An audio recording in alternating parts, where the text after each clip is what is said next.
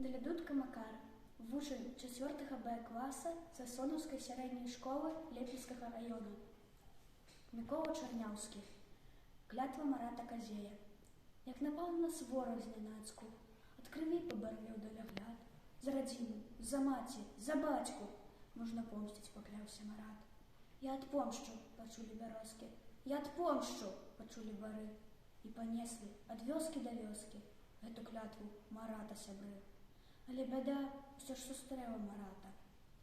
У засаду патрапіў Марат, адбіваўся хлопчына заўзята, ды раптоўна заціх аўтамат. Сонца прамень крывавай палоскай у вачах мільгануў, пацямнеў. Затуліць не паспелі бярозкі, родны бор засваніць не паспеў. Абступілі чужынцы Марата, да сваіх не прабіцца ўжо.